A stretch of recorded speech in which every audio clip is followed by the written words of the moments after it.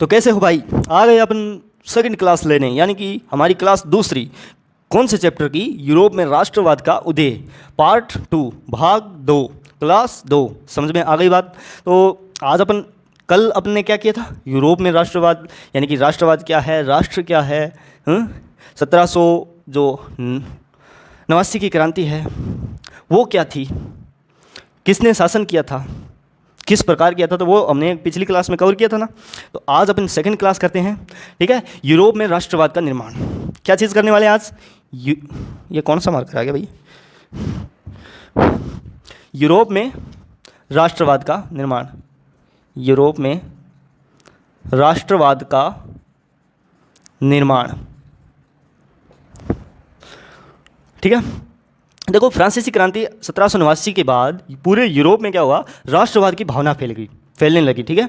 लेकिन उसी समय जर्मनी, इटली और स्विट्जरलैंड जैसे देश एक राष्ट्र नहीं थे, वे कई छोटे छोटे राज्यों में विभाजित थे। यानी कि जब 1789 की क्रांति हुई पूरे यूरोप में, तो राष्ट्रवाद की भावना वहाँ पर तो फैलने लगी, लेकिन कई ऐसे भी देश थे, यानी कि कई ऐसे भी देश थे जहाँ पर क्या थी, मतलब राष्ट्र एक नहीं थे, अलग अलग छोटे छोटे, अभी भी छोटे छोटे राज्यों में विभाजित थे। वो अभी नहीं है, लेकिन उस टाइम थे, ठीक है।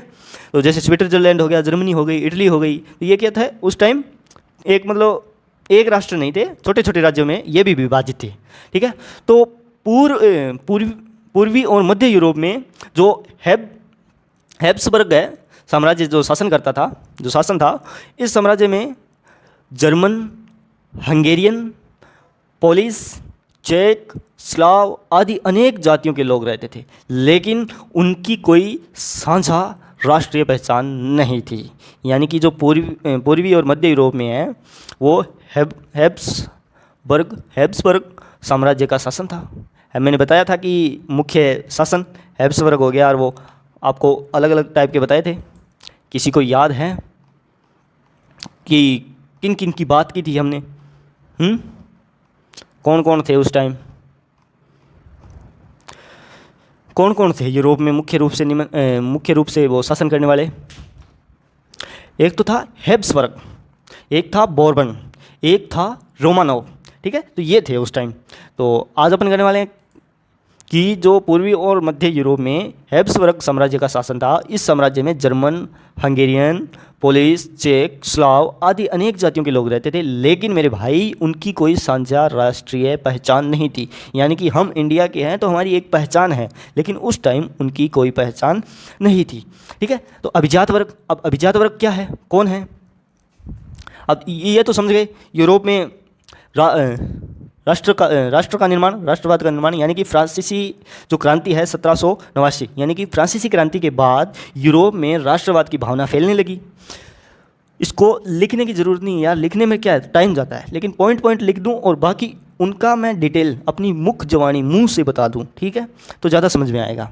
यानी कि समझो, पहले आराम से समझते हैं। यूरोप में राष्ट्रवाद का निर्माण, फ्रांसीसी क्रांति के बाद पूरे यूरोप में राष्ट्रवाद की भावना फैलने लगी, ठीक है, मतलब कोरोना के जैसे तेज़ी से फैलने लगी।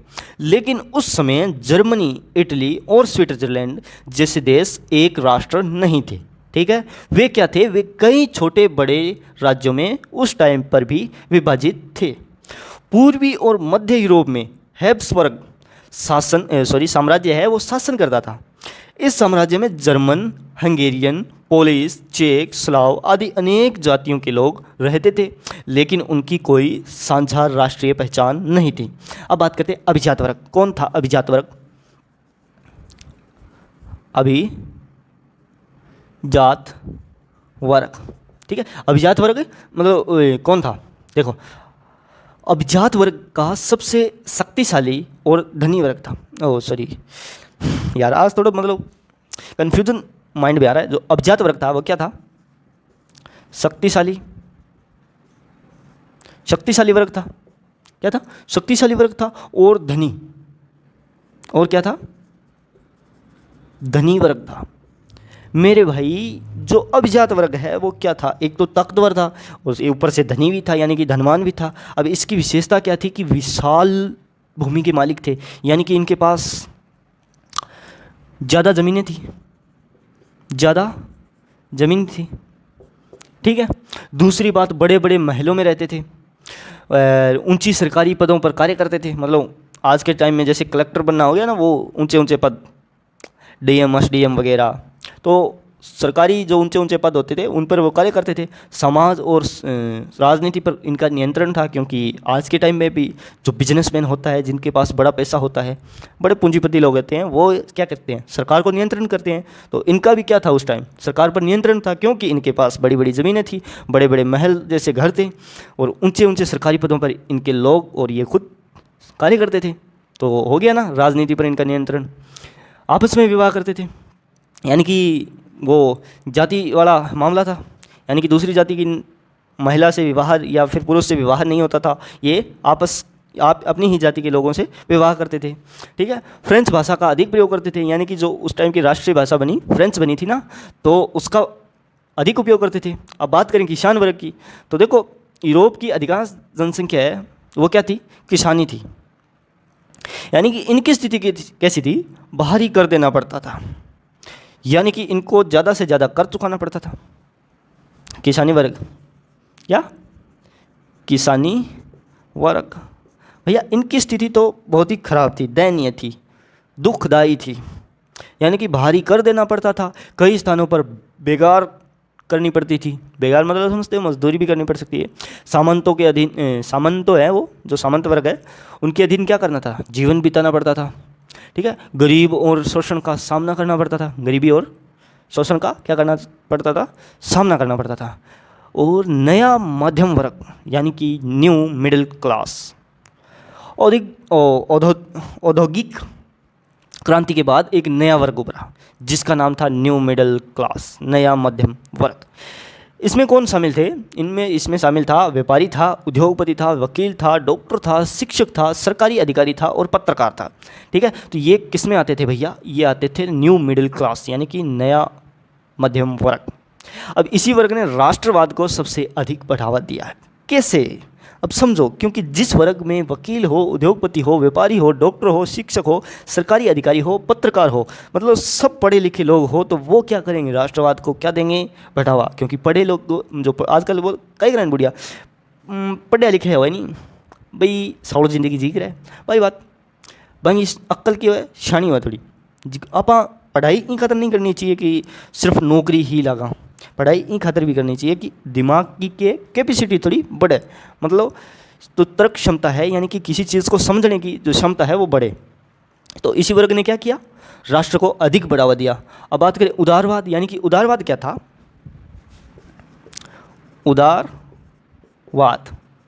उदारवाद क्या है समझो।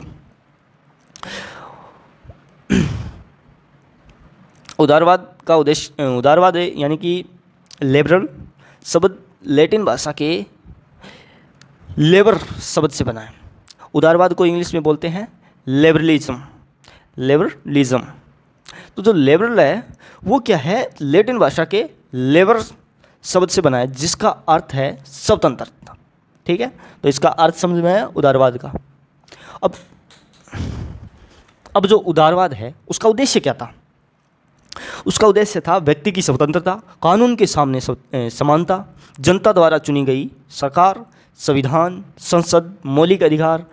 उदारवाद के मुख्य सिद्धांत की बात करें तो राजनीति हो गई, जनता की सहमति से सरकार बने, संविधान हो, संसद हो, राजा की जो शक्ति है वो सीमित हो, आर्थिक व्यापार की स्वतंत्रता, आर्थिक की बात करें तो आर्थिक मतलब व्यापार की स्वतंत्रता हो, वस्तुओं के आवागमन पर रोक न लगे या फिर उसे कोई रोक ना सके, कर कम हो, यानी कि जो किसान पहले कर ज़्यादा देते थे वो थोड़ा कम कर दिया जाए, मतदान का अधिकार। अब उदारवाद सभी लोगों को मतदान का अधिकार नहीं देता था। हाँ, मतदान का अधिकार था, लेकिन सभी लोगों को मतदान का क्या नहीं था, अधिकार नहीं था, यानी कि सारे लोग वोट नहीं दे सकते। ठीक है। संपत्ति वाले पुरुषों को मिलता था, क्या मिलता था, वोट डालने का अधिकार संपत्ति वाले पुरुषों को, यानी कि जिनके पास ज़्यादा संपत्ति है उन्हीं को वोट डालने का अधिकार है। महिलाओं और गरीब पुरुषों को मतदान का अधिकार नहीं था। ये इसकी बड़ी खराब बात थी। ठीक है। मतलब ये जो जिनके पास ज़्यादा धन है तो वही वोट डाल सकते हैं, जिनके पास कम धन है महिला है या फिर पुरुष है या गरीब परिवार से है तो वो वोट नहीं डाल सकता था। फिर बात करते हैं अपने जोल्फेरियन। अब जोल्फेरियन 1834, यानी कि जोल्फेरियन क्या था? जोल्फेरियन क्या था ये जोल्फेरियन? देखो, जोल्फेरियन 1834 में प्रशा ने जर्मन राज्यों को मिलाकर एक सीमा शुल्क संघ बनाया। क्या किया? 1834 में प्रशा ने जर्मन राज्यों को मिलाकर एक प्रशा शुल्क बनाया या सीमा शुल्क बनाया। ठीक है, इसे क्या कहा गया? जोल्फेरियन। ठीक है, अब जोल्फेरियन की क्या विशेषता थी? राज्यों के बीच लगने वाले कर का समाप्त, यानी कि समापन हो गया उसका। जो राज्य के बीच लगने वाला कर था वो समाप्त कर दिया गया। व्यापार क्या हो गया? और भी आसान हो गया। आर्थिक एकता बढ़ी। जर्मनी के एकीकरण का मार्ग प्रशस्त हुआ। आगे बात समझ में? तो ये तो था भैया जो अपने मतलब जो जोल्फेरियन उसकी विशेषता। व्यापार क्या हुआ? आसान हो गया। आर्थिक एकता बढ़ी। जर्मनी के एकीकरण का मार्ग प्रस्तुत हुआ। ठीक है, और बहुत सी मतलब अनेक चीज़ों का मतलब विस्तार हुआ। तो ये एक जो है विशेषता जो जोल्फेरियन है, तो इसकी मुख्य विशेषता रही है। अब बात करें कि परीक्षा के लिए महत्वपूर्ण, तो जोल्फेरियन की स्थापना 1834 में। स्थापना किसने की थी? प्रशा ने। ठीक है, 1815 के बाद रूढ़िवाद। 1815 में नेपोलियन, यानी कि 1815 में अगर बात करें तो जो नेपोलियन की हार के बाद यूरोप के शासकों ने पुरानी व्यवस्था को फिर से स्थापित करने का प्रयास किया। जो नेपोलियन बोनापार्ट था वो बड़ा मतलब निर्दयी था ना, तो उसकी हार हो गई भैया 1815 में। तो यूरोप के जितने भी शासक थे उन्होंने क्या किया? पुरानी व्यवस्था है उसको फिर से स्थापित करने का प्रयास किया। इसे क्या है? रूढ़िवाद। इसे रूढ़िवाद कहा जाता है। रूढ़िवाद किसे कहा जाता है? कि 1815 में नेपोलियन की हार के बाद यूरोप के शासकों ने पुरानी व्यवस्था को फिर से स्थापित करने का प्रयास किया। इसे रूढ़िवाद कहा जाता है। आगे बात समझे। रूढ़िवाद की विशेषता क्या है? तो राजतंत्र का समर्थन, चर्च का समर्थन, समाज में पुराने नियम बनाए गए, क्रांति का विरोध, वियना कांग्रेस। ठीक है, 1815। अब वियना कांग्रेस क्या थी? 1815 में यूरोप के प्रमुख देशों की बैठक ऑस्ट्रेलिया की राजधानी वियना में हुई। अब वियना क्या थी? ऑस्ट्रेलिया की राजधानी थी। इस बैठक में वियना कांग्रेस इस बैठक है इसको क्या बोला गया? वियना कांग्रेस। और इसके जो अध्यक्ष थे वो थे ड्यूक मेटरनिक। क्या थे? Duke Metternich. इसमें जो भाग लेने वाले प्रमुख देश थे वो थे ऑस्ट्रेलिया, ब्रिटेन, रूस, प्रशा, वियना कांग्रेस। ठीक है, वियना तो हो गया भैया। वियना क्या थी? ऑस्ट्रेलिया की राजधानी। अब जो वियना कांग्रेस है इसके मुख्य उद्देश्य क्या थे? नेपोलियन के प्रभाव को समाप्त करना, यानी कि जो नेपोलियन बोनापार्ट है उस टाइम का शासक था। ठीक है, तो उसके जो अधिकार है उसके जो प्रभाव है उसको समाप्त करना, पुराने राजवंशों को पुनः स्थापित करना, यूरोप में शांति बनाए रखना, शक्ति संतुलन स्थापित करना। ठीक है, ये तो थे वियना कांग्रेस के प्रमुख उद्देश्य। अब निर्णय की बात करें तो फ्रांस में बॉर्बन राजवंश को पुनः स्थापित करना। ठीक है, फ्रांस से जीते गए प्रदेश वापस ले लिए गए। नीदरलैंड का राज्य बनाया गया। ऑस्ट्रेलिया, जो ऑस्ट्रेलिया है उसको ऑस्ट्रेलिया को उत्तरी इटली का नियंत्रण मिला। जर्मन राज्यों का संघ बनाया गया। प्रशा को नए क्षेत्र दिए गए। ठीक है, प्रशा को क्या किया गया? नए क्षेत्र, मतलब नए क्षेत्र है वो दिए गए। अलग अलग छोटे छोटे राज्य वगैरह वो क्या दिए गए? प्रशा को दिए गए। वो जो वियना कांग्रेस का महत्व है, अब समझो महत्व। यूरोप में कुछ समय के लिए शांति स्थापित हुई। राजाओं की शक्ति फिर बढ़ गई। राष्ट्रवादी आंदोलन को दबाने का प्रयास किया गया। मेटरनिक की फिर से बात आ गई। मेटरनिक क्या था? ऑस्ट्रेलिया का चांसलर था। वह राष्ट्रवाद और लोकतंत्र का कट्टर विरोधी था। उसका उद्देश्य क्या था? कि राजाओं की शक्ति बनाए रखना, क्रांतियों को रोकना, जनता को राजनीतिक अधिकार न देना, गुप्त क्रांतिकारी संगठन बनाना। ठीक है, तो राष्ट्रवाद को दबाने के कारण यूरोप में अनेक गुप्त संगठन बने। अब इनका उद्देश्य क्या था? राजतंत्र को समाप्त करना, स्वतंत्र राष्ट्र बनाना, लोकतंत्र की स्थापना करना और ग्यूसेपे मैज़िनी। ठीक है, अब ग्यूसेपे मैज़िनी क्या है? इसका परिचय। जन्म 1807 में, देश इटली, मैज़िनी यानी कि इटली का महान राष्ट्रवादी नेता था। मेज़नी कौन था? इटली का महान राष्ट्रवादी नेता। मेज़नी के संगठन यंग इटली की स्थापना 1831, स्थान मार्सेई यानी कि फ्रांस में। यंग यूरोप की बात करें तो स्थान बर्न स्विट्जरलैंड। मेज़नी के विचार की बात करें तो इटली का एकीकरण होना चाहिए, लोकतांत्रिक गणराज्य की स्थापना हो, जनता को स्वतंत्रता मिले, सभी राष्ट्र स्वतंत्र हो। वो जो मेटरनिक ने मैग्निस से क्या कहा कि हमारी जो सामाजिक व्यवस्था है, सामाजिक व्यवस्था का सबसे खतरनाक शत्रु क्या है? जो हमारी सामाजिक व्यवस्था का सबसे खतरनाक शत्रु क्या है? क्या भाई? मेटरनिक ने कहा, मेटरनिक ने मेज़नी को क्या कहा कि हमारी सामाजिक व्यवस्था का सबसे खतरनाक शत्रु जो है वो क्या है? ये मतलब आज अपने सामाजिक व्यवस्था है उसका सबसे खतरनाक शत्रु किसे है? कौन है? जो शासन कर रहा है वही है। मतलब आज मान लो जैसे कोई राजतंत्र है किसी राज्य में, तो उसकी सामाजिक व्यवस्था किस पर निर्भर करती है? राजा पर। जैसी वो बनाएगा वो वैसी बनेगी। तो राजा अगर खराब बनाएगा तो वो क्या हो गया? शत्रु ही हो गया, सामाजिक व्यवस्था का सबसे खतरनाक शत्रु। ठीक है। तो अब बात करते हैं महत्वपूर्ण तिथियाँ की।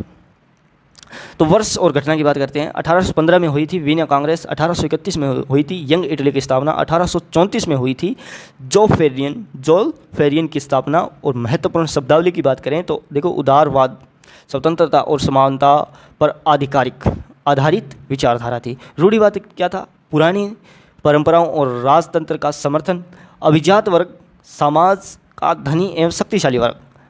जोल फेरियन जर्मन राज्यों का सीमा शुल्क।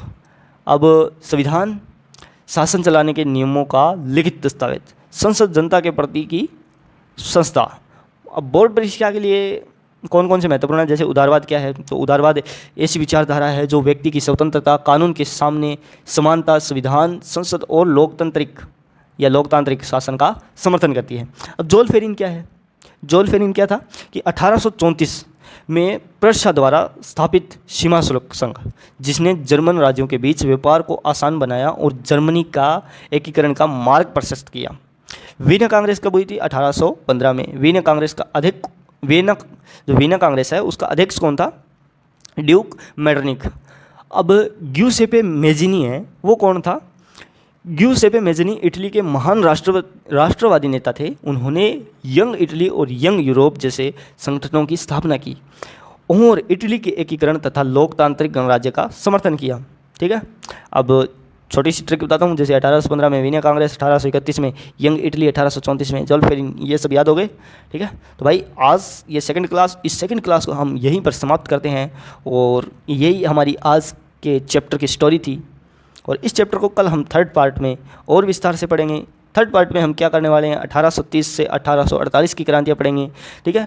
रोमांटिकवाद, ठीक है, पोलैंड में राष्ट्रवाद, 1848 की उदारवादी क्रांति, फ्रैंकफर्ट संसद, महिलाओं की भूमिका, किसानों और बुनकरों के विद्रोह है, ये हम नेक्स्ट पार्ट यानी कि थर्ड क्लास के अंदर करने वाले हैं। तो क्लास पसंद आई तो क्लास को लाइक कर देना और चैनल पर नए होते तो चैनल को सब्सक्राइब कर लेना। जय हिंद, जय भारत, वंदे मातरम।